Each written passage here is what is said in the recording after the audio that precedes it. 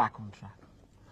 Well, before I begin to talk about that, I was just going to chip in, what I think Nana & Co will do if... No, I'd like you to tell me what you will do. But that's important, if they want. that's an important matter. If they want.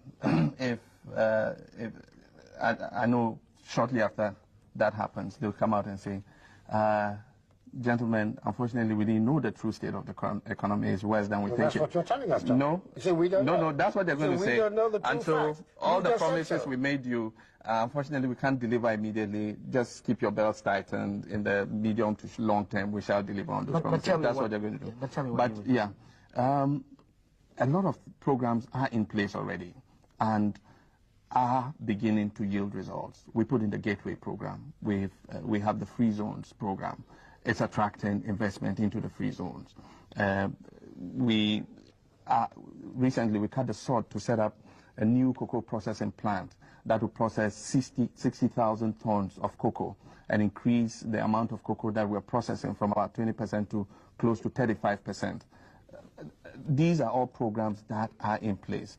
We intend to tackle agriculture in a new way that is speeding up irrigation projects all over the country. Right now we have irrigation dams that we're setting up in most of the agricultural areas of this country.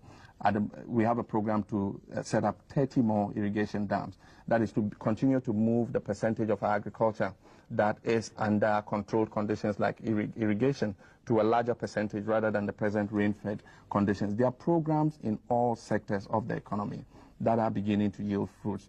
We think that one of the problems has been unemployment because there's a steady drift of people from the rural areas into the urban centers, and people are looking more for jobs in the formal economy than previously when they were employed in the informal economy.